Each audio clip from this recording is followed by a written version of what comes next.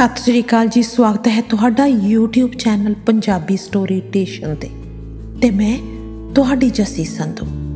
A they podcast which तुसीं सुनोगे अतरजीत जी की लिखी हुई बहुत ही प्यारी कहानी बठलू चुमियार। बठलू दा हथ हाले भी कही दे बाहीं ते कुटिया होया सी। लगदा सी वो हुणे उठेगा ते कोल पए बठल नूं भर के सिर उत्ते धरेगा। उसदे तेज चलदे साह ते वक्खी ते कुटिया दूजा हथ उसकी पल पल निगरदी हालत की गवाही भरदा सी। उसने फिर उठना चाहिया पर उसके शरीर की सारी सतह वक्खी की पीड़ ने नपीड़ दिती सी। वो उठ ना सकिया।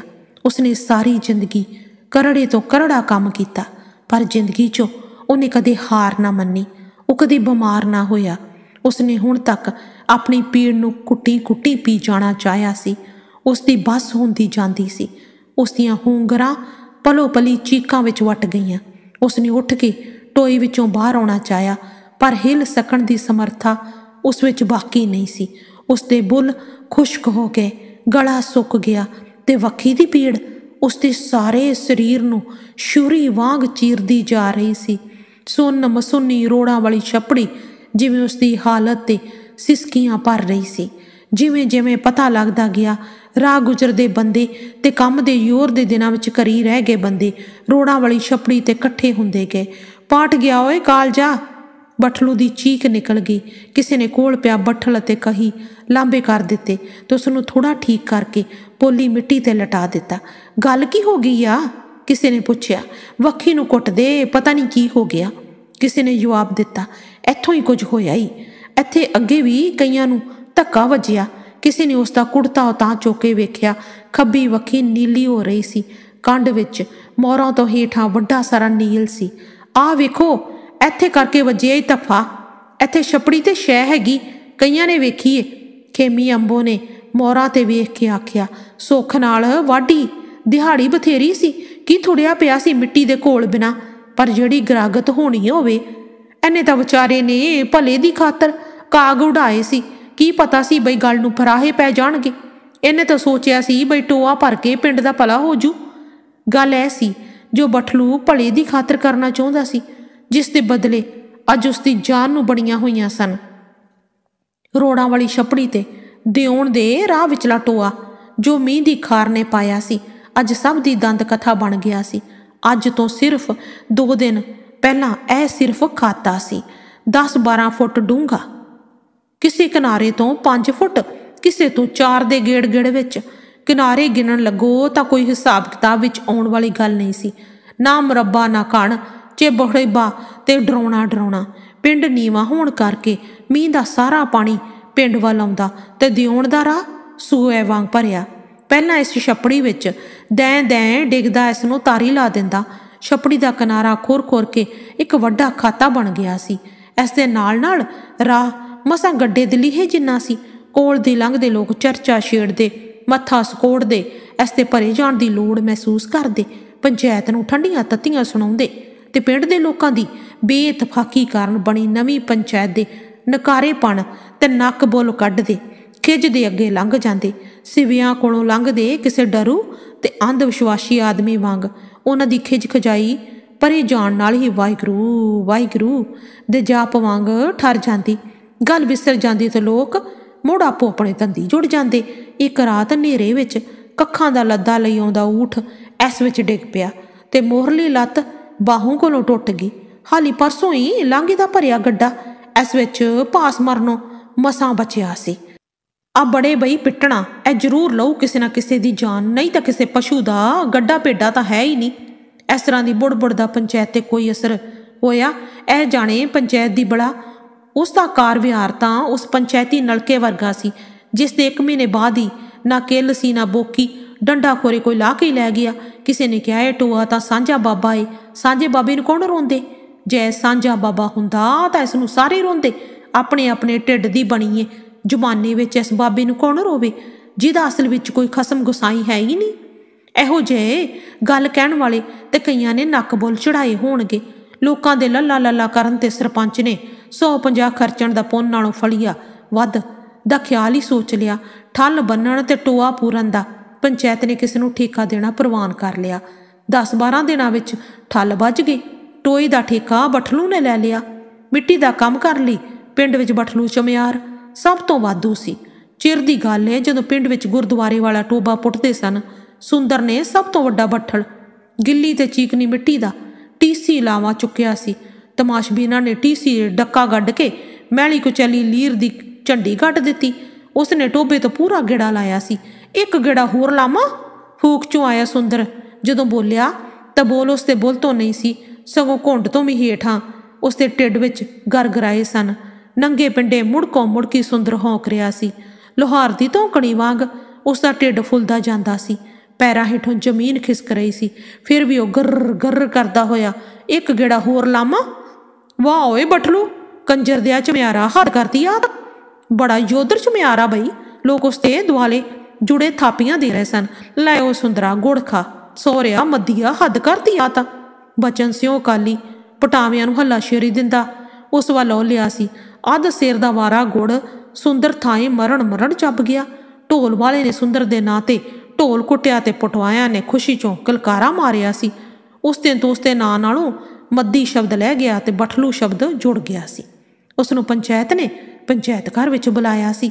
ਉਹ ਹੁਕਮ ਬੱਦੇ ਗੁਲਾਮਾਂ ਵਾਂਗ ਭੱਜਿਆ ਗਿਆ ਤੇ ਟੋਏ ਦਾ ਠੇਕਾ ਬਠਲੂ ਨੇ ਲੈ ਲਿਆ। ਉੱਕੇ ਪੁੱਕੇ 25 ਰੁਪਏ ਉਸਨੇ ਹੱਸ ਕੇ ਪ੍ਰਵਾਨ ਕਰ ਲਏ। ਕਿਉਂ ਬਠਲੂ, ਖੁਸ਼ ਐ? ਊਂ ਤਾਂ ਸਰਪੰਚ ਨੇ ਦਇਆ ਵਿਖਾਉਂਦਿਆਂ ਕਿਹਾ ਸੀ। ਸਰਦਾਰੋ, ਤੁਸੀਂ ਖੁਸ਼ ਚਾਹੀਦੇ ਹੋ, ਮੇਰਾ ਕੀ ਏ? ਉਸਨੇ ਹੱਥ ਜੋੜੇ ਸਨ। ਤੂੰ ਵੀ ਗਰੀਬ ਆਦਮੀ ਏ, ਚੱਲ ਸੇਰ ਗੁੜ ਦੇ ਦਿਆਂਗੇ 4 ਚਪਟੇ ਨੂੰ। ਤੂੰ ਵੀ ਗਰੀਬ ਆਦਮੀ ਏ, ਚੱਲ ਸੇਰ ਗੁੜ ਦੇ ਦਿਆਂਗੇ ਚਾਹ ਚਪਟੇ ਨੂੰ। ਬਠਲੂ ਹੋਰ ਖਿੜ ਗਿਆ। ਸ਼ਾਬਾਸ਼ ਏ ਸਰਦਾਰੋ, ਸਾਡੇ ਵੀ ਤੁਹਾਡੇ ਸਿਰ ਤੇ ਦਿਹਾੜੇ ਟੁੱਟ ਜਾਣਗੇ। ਗਧੀਆਂ ਵਾਲਾ ਤਾਂ 15-20 ਜੋ ਕਰ ਦਿੰਦਾ ਇਹ ਕੰਮ। ਇੱਕ ਮੈਂਬਰ ਨੇ ਮੁੱਛਾਂ ਤੇ ਹੱਥ ਫੇਰਿਆ, ਜਿਵੇਂ ਉਹ ਬਠਲੂ ਤੇ ਹੋਰ ਅਹਿਸਾਨ ਕਰ ਰਿਹਾ ਸੀ। ਬਠਲੂ ਨੇ ਮੈਂਬਰ ਦੀਆਂ ਅੱਖਾਂ ਵਿਚਲੀ ਸ਼ੈਤਾਨੀ ਨੂੰ ਦਨਾਈ ਜਾਣਿਆ। ਬੰਬਰਾ, ਮੈਂ ਕੋਈ ਭੱਜਿਆ ਪੰਚਾਇਤ ਤੋਂ? ਤੁਸੀਂ 15 ਹੀ ਦੇ ਦਿਓ। ਸੁੰਦਰ ਨੇ ਨਿਮਰਤਾ ਤੋਂ ਵੱਧ ਹੀਣਤਾ ਦੇ ਭਾਰ ਹੇਠ ਕਿਹਾ। ਕੋਈ ਨਹੀਂ, ਤੂੰ ਜਾ ਕੰਮ ਕਰ। ਠੀਕ ਹੈ, 25 ਰੁਪਏ ਉੱਕੇ ਪੁੱਕੇ।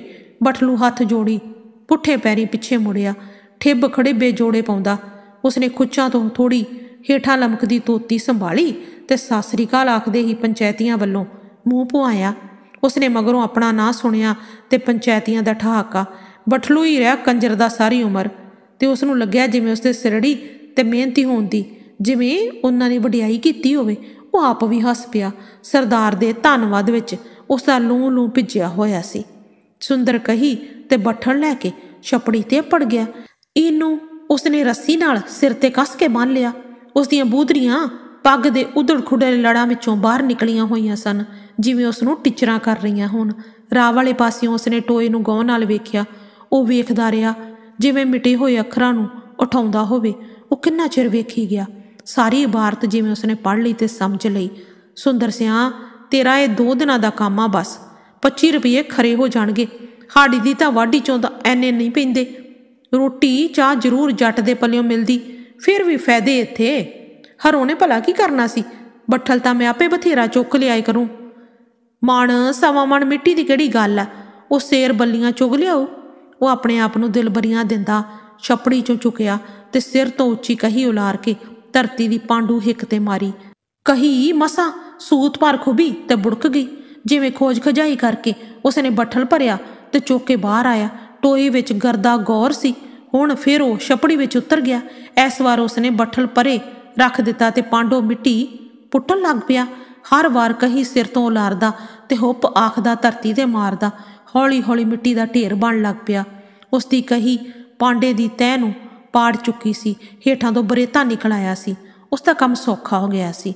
ਜਦ ਹਰੋ ਉਸਦੀ ਰੋਟੀ ਲੈ ਕੇ ਆਈ, ਉਸਨੇ ਗੱਡਾ ਮਿੱਟੀ ਦਾ ਪੁੱਟ ਦਿੱਤਾ ਸੀ। ਹਰੋ ਉਸਦੇ ਕੋਲ ਪਾਣੀ ਦੀ ਮੱਗੀ ਤੇ ਰੋਟੀਆਂ ਰੱਖ ਕੇ ਸਿਲਹਾਰਨਾਂ ਨਾਲ ਜਾ ਰਲੀ ਸੀ। ਬਠਲੂ ਬਾਹਰ ਆਇਆ ਤਾਂ ਉਸਦੇ ਪਿੰਡੇ ਤੇ ਮੁੜਕੇ ਦੀਆਂ ਤਤੀਰੀਆਂ ਵਹਿ ਰਹੀਆਂ ਸਨ। ਲੱਤਾਂ ਉੱਤੇ ਮਿੱਟੀ ਜੰਮ ਕੇ ਵਿੱਚ ਮੁੜਕੇ ਨੇ ਡੂੰਘੀਆਂ ਲਕੀਰਾਂ ਵਾਹ ਦਿੱਤੀਆਂ ਸਨ। ਦੁਫਾੜ ਕੀਤੀਆਂ ਹੋਈਆਂ ਮਿਰਚਾਂ ਨਾਲ 3 ਮੋਟੀਆਂ ਰੋਟੀਆਂ ਝੰਬ ਲਈਆਂ ਤੇ ਓਕ ਨਾਲ ਪਾਣੀ ਪੀ ਕੇ ਮੁੜ ਛਪੜੀ ਵਿੱਚ ਉਤਰ ਗਿਆ। ਉਸਨੇ ਥਾਪੜ ਕੇ ਬੱਠਲ ਭਰਿਆ ਤੇ ਝੋਸੇ ਜੇ ਨਾਲ ਪਹਿਲਵਾਨ ਦੀ ਤਰ੍ਹਾਂ ਬਾਲਾ ਕੱਢ ਕੇ ਸਿਰ ਤੇ ਰੱਖ ਲਿਆ। ਮਿੱਟੀ ਕਿਰਦੀ ਪਹਿਲਾਂ ਉਸਦੀ ਛਾਤੀ ਤੇ ਪਈ, ਫਿਰ ਦਾੜੀ, ਅੱਖਾਂ ਤੇ ਮੱਥੇ ਨੂੰ ਭਰ ਗਈ। ਛਪੜੀ ਚੋਂ ਬਾਹਰ ਨਿਕਲਦਾ ਉਹ ਬਠਲੂ ਸੁੰਦਰ ਨਹੀਂ ਲੱਗਦਾ सगों प्रेत लगदा सी। कल तो 2 दिन वो एवें ही खपदा रहा, कदी मिट्टी पुट्टण लग पैंदे, कदी पुट्टी हुई मिट्टी नूं चुक चुक के टोए विच सुੱਟਣ लग पैंदा। लगदा सी छपड़ी विचला टोआ राह वाले टोए नालों वड्डा हो गया, पर राह वाला टोआ जिवें हाले भी थल्ले ही थल्ले जा रहा सी। मिट्टी पोली निकल आउण करके उसका काम सौखा हो गया सी। कही धरती विच खसक देने तस जांदी, उस नाल ही बट्ठल भर के सुੱਟਣ लग पिया, पर टोआ तां उस नाल मश्करी करी जा रहा सी। की दिहाड़ी कीती है बठलू? पिछले पैर दी रोटी लिजा रहे सरबू ने पुछया सी। उक्के पुक्के 25 रुपये कीते आ, भावें कि दिनां विच भरे, भावें कल नूं भर जे। कल नूं भर देगा? 2 दिनां विच तां भरना नहीं है। सरबू बिंद को पैर मलदा रोक गया सी। देखदा जा, कल नूं दोपहर नूं भर दूं। डूढ़ दिहाड़ी दा काम है मेरा ये तां। कंजर दिया चमियारा मिट्टी दा काम है, ਇਹ ਕਿਹੜਾ ਤੋਲੀ ਮਿਣੀ ਹੁੰਦੀ ਆ। ਮੈਨੂੰ ਤਾਂ ਲੱਗਦੇ ਟੇਡਾ ਫਸਾ ਲਿਆ ਸਰਪੰਚ ਨੇ ਤੈਨੂੰ। 200-300 ਕਮਾ ਲੂ ਸਰਪੰਚ ਇਹਦੇ ਚੋਂ। ਉਹ ਕਿਵੇਂ? ਬਠਲੂ ਬੱਠਲ ਖਾਲੀ ਕਰਕੇ ਉਸ ਵੱਲ ਵੇਖਣ ਲੱਗਾ। ਉਸਨੇ ਢਿੱਡ ਖੁਰਕਦਿਆਂ ਇਹਨੂੰ ਤੋਂ ਮਿੱਟੀ ਝਾੜੀ, ਬੱਠਲ ਲੱਕ ਉੱਤੇ ਰੱਖ, ਉੱਪਰੇ ਦੇ ਬਾਹਾਂ ਵਾਲੀ ਉਸ ਵੱਲ ਵੇਖਦਾ ਉਹ ਖੜੋਤਾ ਰਿਹਾ। 100 ਤੋਂ ਘੱਟ ਰਸੀਦ ਨਹੀਂ ਪਾਉਣੀ ਖਰਚ ਚੋਂ। ਬਠਲੂ ਦਾ ਦਿਲ ਧੜਕਿਆ, ਪਰ ਉਹ ਸੰਭਲ ਗਿਆ। ਚੱਲ ਉਹਦਾ ਈਨ-ਮਾਨ, ਆਪਾਂ ਤਾਂ ਨਗਰ ਦੀ ਸੇਵਾ ਕਰਨੀ ਹੈ। ਬਸ ਤੈਨੂੰ ਦੱਸਦਾ, ਪੰਗਾ ਲੈ ਲਿਆ ਤੂੰ। ਪੰਗਾ ਕਾਹਦੇ? 25 ਰੁਪਏ ਕਿਤੋਂ ਬਣਦੇ ਆ? ਆਪਣਾ ਕੰਮ ਤਾਂ ਸੇਵਾ ਕਰਨੇ। ਸੇਵਾ ਤਾਂ ਮੁਕਤ ਹੁੰਦੀ ਏ। ਓਏ ਲੈ, ਨਾ ਦੇਵੇ ਪੰਚਾਇਤ ਤਾਂ ਕੀ ਫਰਕ ਪੈਂਦੇ। ਤੇ ਉਸ ਤੋਂ ਮਗਰੋਂ ਉਹ ਆਪਣੇ ਆਪ ਨਾਲ ਗੱਲਾਂ ਕਰਦਾ ਰਿਹਾ। ਸੁੰਦਰ ਸਿਆਂ ਨਗਰ ਨਾਲ ਕਾਹਦੀ ਅੜੀ ਝੜੀ? ਪੰਚਾਇਤ ਜਿਹੜਾ ਦੇ ਦੂ ਉਹੀ ਬਥੇਰਾ। ਨਗਰ ਖੇੜਾ ਵਸਦਾ ਰਹੇ, ਐਦੋਂ ਵੱਡਾ ਤਾਂ ਰੱਬ ਦੇ ਨਾਂ ਏ। ਬਠਲੂ ਐਂ ਲੱਗਦੇ ਜਿਵੇਂ ਮਰਾਸੀਆਂ ਨਾਲ ਰਿਹਾ ਉਹਨੇ। ਬੜੀਆਂ ਸੀਸਾਂ ਦੇਣੀਆਂ ਆਉਂਦੀਆਂ। ਮਈਆਂ ਲਜਾਰੇ ਬੌਣੇ ਪਾਲੇ ਨੇ ਕਿਹਾ, ਹੋਰ ਸਰਦਾਰਾ ਦਰਸ਼ੀਸ਼ਾਂ ਦੇਣੀਆਂ ਸੀ ਗਰੀਬਾਂ ਨੇ। ਨਗਰ ਦਾ ਦਿੱਤਾ ਖਾਨੇ ਆ। 25 ਰੁਪਏ ਤਾਂ ਥੋੜ੍ਹੇ ਆ ਬਈ, ਕਮ ਸੇ ਕਮ 4 ਦਿਨ ਤਾਂ ਲੱਗਣਗੇ ਤੇਰੇ। ਇਹ ਹਿਸਾਬ ਤਾਂ 625 ਦਿਹਾੜੀ ਪੈਂਦੀ ਆ। ਮੇਰਾ ਤਾਂ ਇਹ ਖੱਬੇ ਹੱਥ ਦਾ ਕੰਮ ਆ ਪਾਲਾ ਸਿਆਂ, ਕੱਲ ਨੂੰ ਤੂੰ ਵੇਖੀ ਰੰਗ। ਬਠਲੂ ਨੇ ਹੁੱਬ ਕੇ ਕਿਹਾ। ਬੋਲਣ ਵਾਲੇ ਦੇ ਸ਼ਬਦਾਂ ਤੇ ਉਸਨੂੰ ਭਰੋਸਾ ਹੀ ਨਹੀਂ ਰਿਹਾ ਸੀ। ਸਾਰੀ ਉਮਰ ਬਠਲੂ ਹੀ ਰਿਹਾ। ਤੈਨੂੰ ਕਿਹਨੇ ਆਖਤਾ ਵੀ 2 ਦਿਨਾਂ 'ਚੋਂ ਭਰ ਦੇਂਗਾ? ਗਧੀਆਂ ਵਾਲੇ 100 ਮੰਗਦੇ ਸੀ। ਬਠਲੂ ਨੂੰ ਇੱਕਦਮ ਝਟਕਾ ਜਿਹਾ ਵੱਜਾ। ਉਸਨੂੰ ਕੱਲ੍ਹ ਹੀ ਪੰਚਾਇਤੀਆਂ ਨਾਲ ਹੋਈ ਗੱਲਬਾਤ ਦਾ ਚੇਤਾ ਆਇਆ। ਇੱਕ ਮੈਂਬਰ ਨੇ ਵੀ ਉਸਨੂੰ ਕਿਹਾ ਸੀ ਸਾਰੀ ਉਮਰ ਬਠਲੂ ਹੀ ਰਿਹਾ, ਤੇ ਮਗਰੋਂ ਉਹ ਉੱਚੀ ਉੱਚੀ ਹੱਸਦੇ ਸਨ। ਉਹ ਤਾਂ ਕਹਿੰਦਾ ਸੀ ਗਧੀਆਂ ਵਾਲੇ 15 ਰੁਪਏ 'ਚੋਂ ਭਰ ਦੇਣਗੇ। ਬਾਖਰੂ 100 ਰੁਪਈਆ, ਇਹ ਤਾਂ ਜਮਾ ਹੀ ਹਲਕਣ ਤੇ ਲੱਕ ਬੰਨਿਆ। ਕੰਮ ਹੀ ਇੰਨੇ ਦੇ, ਹੋਰ ਕਿਸੇ ਨੇ ਇੱਧਰ ਨੂੰ ਮੂੰਹ ਨਹੀਂ ਕੀਤਾ, ਤੂੰ ਫਸ ਗਿਆ। ਉਹ ਜਾਣੇ ਬੰਦੇ ਦੀ ਜ਼ੁਬਾਨ ਵੀ ਹੁੰਦੀ ਆ ਕੁਛ। ਉਹ ਚੰਗਾ ਭਾਈ, ਉਹ ਆਖ ਕੇ ਤੁਰ ਗਿਆ।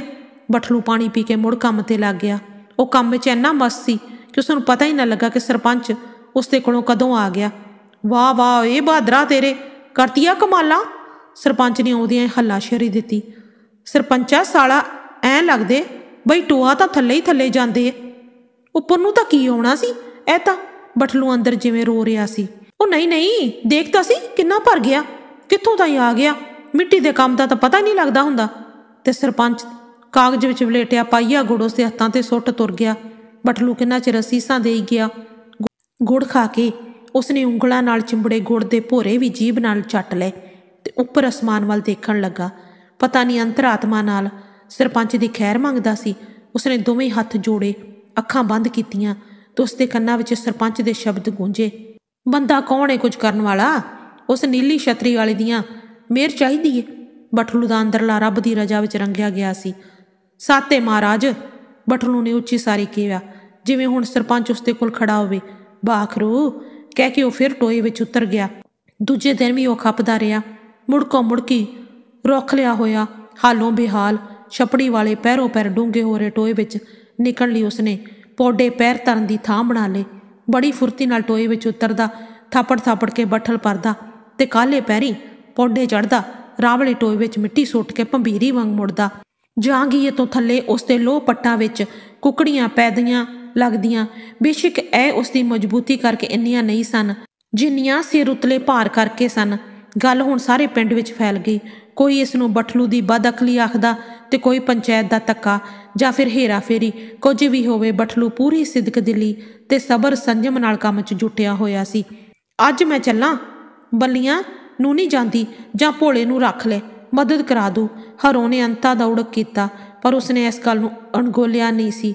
ਮੈਂ ਇਕੱਲਾ ਹੀ ਬਥੇਰਾ, ਸਾਰੇ ਟੱਬਰ ਨੇ ਕੀ ਕਰਨਾ ਉੱਥੇ? बठलू ने पूरे हौसले नाल कहा, मैं बाले तो बाला कल दोपहर तक भर दूँ, परवाह ना कर। कहण नूं तां उसनूं हरो दी गल ठीक लगण लग पई सी। मैनूं तां लगदे ਐਵੇਂ ਗਿੱਲਾ ਪੀਣ ਪਾ ਲਿਆ ਪੰਚਾਇਤ ਮਗਰ ਲੱਗ ਕੇ। ਕੱਲ ਸਰਬੂ ਕਹਿੰਦਾ ਸੀ ਸਰਪੰਚ ਨੇ 100 ਤੋਂ ਘੱਟ ਰਸੀਦ ਨਹੀਂ ਪਾਉਣੀ, ਖਰਚੇ ਚੋਂ ਹੱਡ ਤੂੰ ਤੁੜਾਈ ਜਾਨੇ, ਫਿਰ ਐਂ ਵੀ ਨਹੀਂ ਨਿਬੜ ਜਾਵੇ ਅੱਜ। ਜਿਉਂ-ਜਿਉਂ ਉਸ ਨੂੰ ਗੱਲਾਂ ਯਾਦ ਆਈ ਜਾਂਦੀਆਂ ਉਸ ਦਾ ਦਿਲ ਬੈਠਦਾ ਜਾਂਦਾ। ਹਰੋ ਮੈਲੀ ਜੀ ਚਾਦਰ ਵਿੱਚ ਕਣਕ ਝਾਰਨ ਵਾਲਾ ਝਾਰਨਾ ਚੁੱਕ ਕੇ ਟਾਟਾਂ ਬੱਲੀਆਂ ਚੁਗਣ ਤੁਰ ਗਈ। ਸਭ ਕੁਝ ਬਠਲੂ ਦੀਆਂ ਅੱਖਾਂ ਅੱਗੇ ਘੁੰਮ ਗਿਆ। ਦੁਪਹਿਰ ਢਲਣ ਲੱਗੀ। ਉਸ ਨੂੰ ਲੱਗਦਾ ਸੀ ਕਿ ਦਿਨ ਪਹਾੜ ਜਿੱਡਾ ਹੋ ਗਿਆ ਤੇ ਟੋਆ ਕਿਸੇ ਮਹਾਤਮਾ ਦਾ ਲੋਟਾ। ਉਹ ਵਾਰ-ਵਾਰ ਅੱਖਾਂ ਉੱਤੇ ਹੱਥ ਦੀ ਛਤਰੀ ਬਣਾ ਕੇ ਸੂਰਜ ਵੱਲ ਵੇਖਦਾ। ਟਲੀ ਹੋਈ ਦੁਪਹਿਰ ਉਸ ਦੀ ਆਪਣੀ ਉਮਰ ਵਰਗੀ ਸੀ। ਅਸਮਾਨ ਉੱਤੇ ਟਾਵਾਂ-ਟਾਵਾਂ ਬੱਦਲ ਘੁੰਮ ਰਿਹਾ ਸੀ। ਉਸ ਦੇ ਫਿਕਰਾਂ ਭਰੇ ਸਾਹਾਂ ਦੀ ਹਵਾੜ ਵਰਗਾ। ਕਦੀ ਕਦਾਈ ਹੀ ਹਵਾ ਦਾ ਠੰਡਾ ਬੁੱਲਾ ਆਉਂਦਾ ਜੋ ਮੁੜ ਕੇ ਨਾਲ ਤਾਰ ਉਸ ਦੇ ਪਿੰਡੇ ਨੂੰ ਪਲੋਸ ਜਾਂਦਾ। ਨਹੀਂ ਤਾਂ ਮੌਸਮ ਉਸ ਦੇ ਅੰਦਰੋਂ ਚੱਲਦੇ ਸਾਹਾਂ ਦੀ ਤਪਸ਼ ਜਿਹਾ ਸੀ। ਕੱਲ੍ਹ ਉਸ ਦੇ ਦਿਮਾਗ ਵਿੱਚ 25 ਰੁਪਈਆਂ ਦੀ ਤਸਵੀਰ ਸੀ। ਕਿੰਨੇ ਹੀ ਟੋਏ ਮੁੰਦਣ ਦੀ ਸਕੀਮ। 25 ਰੁਪਈਏ ਦੇ ਨੋਟਾਂ ਦੇ ਆਕਾਰ ਸੁੰਗੜ ਕੇ ਅੱਜ ਅੱਕ ਦੀਆਂ ਕੁਕੜੀਆਂ ਜੋੜਦੇ ਫੰਬੇ ਜਿਹਾ ਬਣ ਗਏ ਸਨ। ਹੁਣ ਤਾਂ ਉਸ ਦੇ ਦਿਮਾਗ ਵਿੱਚ ਕੰਮ ਦੇ ਖਤਮ ਹੋਣ ਦਾ ਵਕਤ ਸੀ। ਅੱਖਾਂ ਅੱਗੇ ਨਾ ਅਟਿਆ ਜਾਣ ਵਾਲਾ ਲੋਟਾ ਸੀ। ਉਹ ਪਾਣੀ ਪੀਣ ਲਈ ਮੱਗੀ ਕੋਲ ਬੈਠ ਗਿਆ। ਪਾਣੀ ਪੀ ਕੇ ਉਸ ਦਾ ਉੱਠਣ ਨੂੰ ਜੀਅ ਨਹੀਂ ਸੀ ਕਰਦਾ। ਮਨ ਮਾਰ ਕੇ ਉੱਠਿਆ ਤੇ ਮੁੜ ਟੋਏ ਵਿੱਚ ਉਤਰ ਗਿਆ। ਹਾਲੇ ਵੀ ਉਸ ਦਾ ਦਮ ਲੈਣ ਨੂੰ ਜੀਅ ਕਰਦਾ ਸੀ। ਹੋਰ ਬੱਠਲ ਭਰਨ ਦੀ ਉਸ ਦੀ ਹਿੰਮਤ ਨਾ ਪਈ। ਬਰੇਤੇ ਦੀ ਢੇਰੀ ਤੇ ਉਹ ਖੁੱਭ ਕੇ ਬੈਠ ਗਿਆ। ਬਰੇਤਾ ਜਿਵੇਂ ਉਸ ਦੀ ਪੀੜ ਚੁਗ ਰਿਹਾ ਹੋਵੇ। ਉਹ ਆਰਾਮ ਨਾਲ ਕਹੀ ਦੇ ਬਾਹੇ ਉੱਤੇ ਸਿਰ ਰੱਖ ਕੇ ਚਮਕਦੇ ਰੇਤ ਨੂੰ ਵੇਖੀ ਗਿਆ। ਉਸ ਦੇ ਹੱਡ ਦੁਖ ਰਹੇ ਸਨ। ਸਿਰ ਉੱਤੇ ਹੁਣ ਵੀ ਬੱਠਲ ਟਿਕਿਆ ਲੱਗਦਾ ਸੀ। ਗਰਦਨ ਆਕੜੀ ਹੋਈ ਸੀ। ਖਬਰੇ ਥਕੇਵੇਂ ਨੂੰ ਭੁਲਾਉਣ ਲਈ ਹੀ ਉਸਨੇ ਪੈਰਾਂ ਉੱਤੇ ਰੇਤਾ ਪਾਉਣਾ ਸ਼ੁਰੂ ਕੀਤਾ। ਉਸ ਨੂੰ ਬਚਪਨ ਦੀ ਰਾਜੇ ਦੀ ਘੋੜੀ ਸੂਣ ਵਾਲੀ ਖੇਡ ਬਠਲੂ ਦੇ ਯਾਦ ਆਈ। ਨਾ ਰਾਜੇ ਦੀ ਘੋੜੀ ਅੱਖਾਂ ਮੀਟ ਕੇ ਸੋਈ ਤੇ ਨਾ ਅੱਖਾਂ ਖੁੱਲੀਆਂ ਰੱਖ ਕੇ। ਉਹ ਤਾਂ ਇੱਕ ਖੇਡ ਸੀ ਤੇ ਬਠਲੂ ਜੀਵਨ ਨੂੰ ਇੱਕ ਖੇਡ ਸਮਝਦਾ ਰਿਹਾ। ਬਠਲੂ ਹੀ ਰਿਹਾ। ਪੰਚ ਦੇ ਬੋਲ ਉਸ ਨੂੰ ਫਿਰ ਚੇਤੇ ਆਏ। ਉਸ ਨੂੰ ਲੱਗਿਆ ਮਿੱਟੀ ਨੇ ਉਸ ਦੇ ਪੈਰ ਫੜ ਲਏ ਨੇ। ਅਚੇਤ ਹਾਲਤ ਵਿੱਚ ਹੀ ਉਸ ਨੇ ਮਿੱਟੀ ਤੋਂ ਪੈਰ ਛਡਾਉਣ ਦਾ ਯਤਨ ਕੀਤਾ, ਪਰ ਮਿੱਟੀ ਉਸ ਦੇ ਪੈਰਾਂ ਨੂੰ ਛੱਡ ਹੀ ਨਹੀਂ ਸੀ ਰਹੀ। ਇਸ ਅਵਸਥਾ ਵਿੱਚ ਉਹ ਜ਼ੋਰ ਲਾਈ ਗਿਆ, ਬਸ ਸੁੰਦਰਾ ਤੂੰ ਸੱਚੀ ਬਠਲੂ ਰਿਹਾ, ਹੁਣ ਦੱਸ ਕੀ ਕਰੇਂਗਾ? ਇਹ ਮਿੱਟੀ ਨਹੀਂ ਹੁਣ ਤੈਨੂੰ ਛੱਡਣ ਲੱਗੀ। ਉਸੇ ਨੇ ਵਿਸ਼ਵਾਸ ਨਾਲ ਆਪਣੇ ਆਪ ਨੂੰ ਕਿਹਾ। ਰਾਹ ਜਾਂਦੇ ਪਸ਼ੂਆਂ ਚੋਂ ਗਾਂ ਦੇ ਰੰਬਣ ਦੀ ਆਵਾਜ਼ ਸੁਣ ਕੇ ਉਸ ਦੀ ਸੁਰਤ ਪਰਤੀ ਤੇ ਉਹ ਕਹੀ ਨੂੰ ਪੀਣ ਵਾਲੇ ਪਾਸਿਓਂ ਚੁੱਕ ਕੇ ਖੜਾ ਹੋ ਗਿਆ। ਉਸ ਦੇ ਪੈਰਾਂ ਉਤਲਾ ਰੇਤਾ ਬਿਰਨ ਬਿਰਨ ਘਿਰ ਗਿਆ। ਨਾਲ ਹੀ ਉਸ ਨੂੰ ਜਾਪਿਆ ਜਿਵੇਂ ਉਸ ਦਾ ਆਪਾ ਵੀ ਵਿਖਰ ਗਿਆ ਹੋਵੇ, ਜਿਵੇਂ ਕਹੀ ਦੇ ਨਾਲ ਉਹ ਆਪ ਵੀ ਪੁੱਠਾ ਜਿਹਾ ਹੋ ਗਿਆ ਹੋਵੇ। ਬਾਖਰੂ ਸੱਚਿਆ ਪਾਤਸ਼ਾਹ ਕਰਦੇ ਫਤਿਹ ਮੋਰਚਾ। ਉਸਨੇ ਕਹੀ ਨੂੰ ਉੱਪਰ ਉਲਾਰਿਆ ਤੇ ਸਾਰੇ ਜ਼ੋਰ ਦੀ ਕਹੀ ਬਰੇਤੇ ਵਿੱਚ ਤਸਾ ਦਿੱਤੀ। ਇਸ ਦਾ ਉਸ ਨੂੰ ਮਗਰੋਂ ਪਤਾ ਲੱਗਾ ਕਿ ਬਰੇਤੇ ਉੱਤੇ ਇੰਨਾ ਜ਼ੋਰ ਲਾਉਣ ਦੀ ਲੋੜ ਨਹੀਂ ਸੀ। ਬੱਠਲ ਭਰ ਕੇ ਚੁੱਕਿਆ ਤੇ ਪੌਂਡਿਆਂ 'ਚੋਂ ਪੈਰ ਅੜਾਉਂਦਾ ਉਹ ਬਾਹਰ ਆ ਗਿਆ। ਗੋਡਿਆਂ ਦੇ ਪਾਰ ਦੇ ਕੇ ਉਹ ਲੱਤਾਂ ਨੂੰ ਲੱਦਾਂ ਲਈ ਆਉਂਦੇ ਊਠ ਵਾਂਗਾ ਕੜਾ ਕੇ ਚੁੱਕਦਾ ਸੀ। ਨਵੀਂ ਡਿੱਗੀ ਮਿੱਟੀ ਦਾ ਚਿੰਨ੍ਹ ਟੋਏ ਵਿੱਚ ਲੱਭਣਾ ਮੁਸ਼ਕਲ ਦਿਸ ਰਿਹਾ ਸੀ। ਉਹ ਖੜਾ ਵੇਖਦਾ ਰਿਹਾ। ਗਰਦ ਟੋਏ 'ਚੋਂ ਬਾਹਰ ਆ ਕੇ ਉਸ ਦੀ ਇੱਕ ਸਮੈਲੀ ਖਿਲਰੀ ਪੁਲਰੀ ਦਾੜੀ ਵਿੱਚ ਉਲਝ ਕੇ ਦਮ ਤੋੜ ਰਹੀ ਸੀ। ਐਸੇ ਤਰ੍ਹਾਂ ਹੀ ਗਿਰਦ ਉਸ ਦੇ ਅੰਦਰੋਂ ਉੱਠਦੀ ਲੱਗਦੀ ਸੀ, ਪਰ ਇਸ ਦਾ ਦਮ ਨਹੀਂ ਸੀ ਟੁੱਟਦਾ, ਸਗੋਂ ਇਹ ਬਠਲੂ ਦਾ ਦਮ ਘੁੱਟ ਰਹੀ ਸੀ। ਅੱਧ ਪੂਰਿਆ ਟੋਆ ਹਰ ਬੱਠਲ ਸੁੱਟਣ ਤੋਂ ਬਾਅਦ ਉਸ ਨੂੰ ਡੂੰਘਾ ਹੋਈ ਜਾਂਦਾ ਲੱਗਦਾ। ਇਹ ਨਹੀਂ ਭਰਿਆ ਜਾਂਦਾ ਅੱਜ ਸੁੰਦਰਾ। ਉਸਨੇ ਘੰਟਾ ਕੁ ਦਿਨ ਖੜੇ ਨਾਲ ਆਪ ਹੀ ਢੇਰੀ ਢਾ ਦਿੱਤੀ। ਕੰਮ ਛੱਡ ਕੇ ਉਹ ਬੈਠ ਗਿਆ। ਉਸ ਦਾ ਜੀਅ ਕਾਹਲਾ ਪੈਣ ਲੱਗ ਪਿਆ। ਉਹ ਟਿੰਡ ਫੁੜੀ ਚੁੱਕ ਕੇ ਘਰ ਨੂੰ ਤੁਰ ਜਾਵੇ ਤੇ ਪੰਚਾਇਤ ਨੂੰ ਆਖ ਦੇਵੇ ਉਸ ਤੋਂ ਨਹੀਂ ਭਰਿਆ ਜਾਂਦਾ, ਆਪੇ ਭਰਵਾ ਲੈਣ ਜਿੱਥੋਂ ਮਰਜੀ। ਪਲ ਹੀ ਪਲ ਉਸਨੇ ਆਪਣੇ ਆਪ ਨੂੰ ਪੰਚਾਇਤ ਘਰ ਵਿੱਚ ਖਲੋਤਾ ਮਹਿਸੂਸ ਕੀਤਾ। ਸੁੰਦਰਾ ਅੱਜ ਤਾਈਂ ਤੈਂ ਕਦੇ ਢੇਰੀ ਨਹੀਂ ਢਾਈ। ਔਖੇ ਤੋਂ ਔਖੇ ਕੰਮ ਮੋਰੇ ਅੱਜ ਤੈਨੂੰ ਕੀ ਹੋ ਗਿਆ? ਭੈਣ ਦੀ ਮਰਾਵੇ ਕੱਲ ਨੂੰ ਭਰ ਜੂ, ਅੱਜ ਨਾ ਸਹੀ। ਨਾ ਨੂੰ ਲੀਕ ਕਿਉਂ ਲਵਾਉਣ ਲੱਗਿਆ? ਉਸਨੇ ਆਪਣੇ ਆਪ ਨੂੰ ਦਿਲ ਬਰੀ ਦਿੱਤੀ।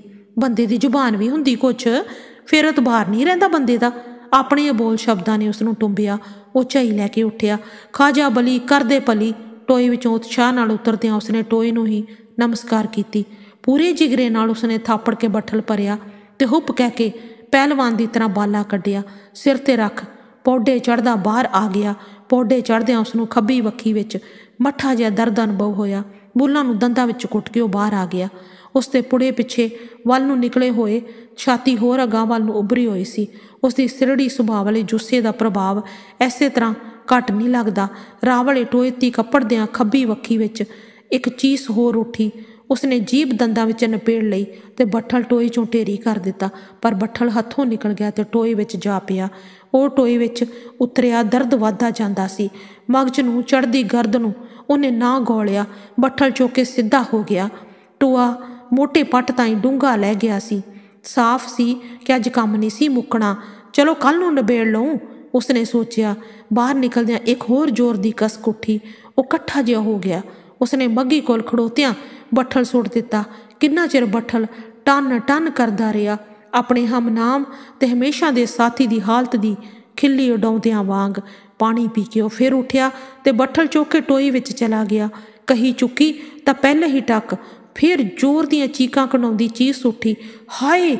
ਉਹਦੇ ਮੂੰਹੋਂ ਜ਼ੋਰ ਦੇ ਨਿਕਲਿਆ ਤੇ ਮੁੜ ਦਰਦ ਵੱਧਦਾ ਗਿਆ।